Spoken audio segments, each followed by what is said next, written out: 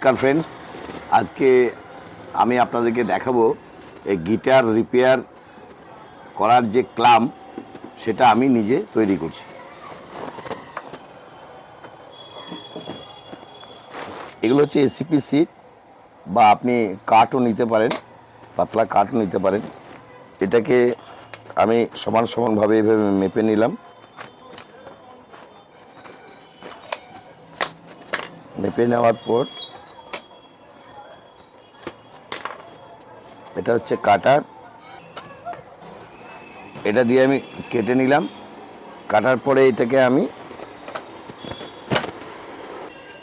এইভাবে এটাকে ভেঙে নিলাম। ভেঙে নেওয়ার পর এর মিডিল সেন্টারটা আমি কি করে বের করব, এই দুদিকের কোণা একটা দাগ মারলাম, এই দুটো কোণাতে আমি একটা দাগ মারলাম। অটোমেটিকলি আমি মিডিল পয়েন্টটা পেয়ে গেলাম। এরপর এটাকে এটার যে ডায়ামিটার, এই ডায়ামিটার অনুযায়ী আমি মেপে নিয়ে দেখলাম যে এই 10 mm ফড়াটা লাগছে। এরপর আমি বেশ কয়েকটাকে পরপর ধরে নিলাম। এইভাবে নেওয়ার পর এর উপরে আমি একটা পূর্বের ড্রিল করা, ছিদ্র করা একটা প্লেট আমি নিলাম, এই কারণেই যাতে ফলাটি স্লিপ না করে।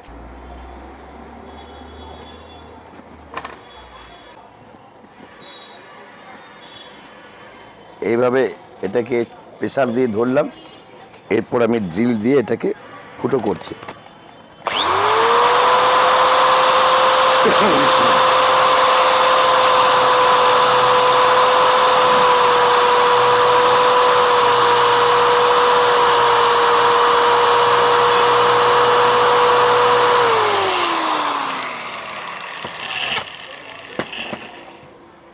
একসাথে আমার 2, 3, 4, 5টা ফুটো হয়ে গেল।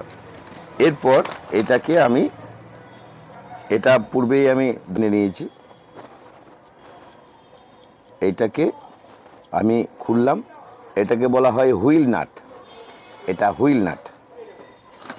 এরপর এটা একটা দিলাম, আরেকটা দিলাম।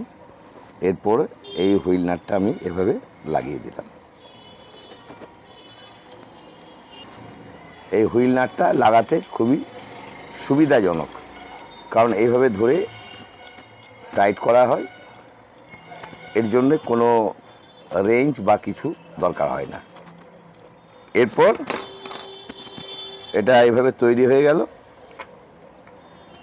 এরপর আমি যখন গিটার রিপেয়ার করব, গিটারের সাইড ফাঁপা বা কিছু রিপেয়ার করব, তখন ঠিক এইভাবে এটাকে লাগিয়ে আমি এখানে টাইট করে প্রয়োজন মতো টান দিয়ে দেবো। এইভাবে গিটার প্লাই ফাঁপা অংশকে রিপেয়ার করা যায়। ভিডিওটি যদি ভালো লেগে থাকে ভিডিওটি শেয়ার করুন, চ্যানেলটা সাবস্ক্রাইব করুন। এই ধরনের অনেক এডুকেশনাল ভিডিও আমার চ্যানেলে আছে। ভিডিওটা শেয়ার করবেন বন্ধুবান্ধবকে, তারাও যেন উপকৃত হয়। এবং আপনি যদি উপকৃত হয়ে থাকেন তাহলে অবশ্যই একটা লাইক করবেন, তাহলে আমার ভিডিও করতে এনার্জি আসবে। ভিডিওটি দেখার জন্য ধন্যবাদ।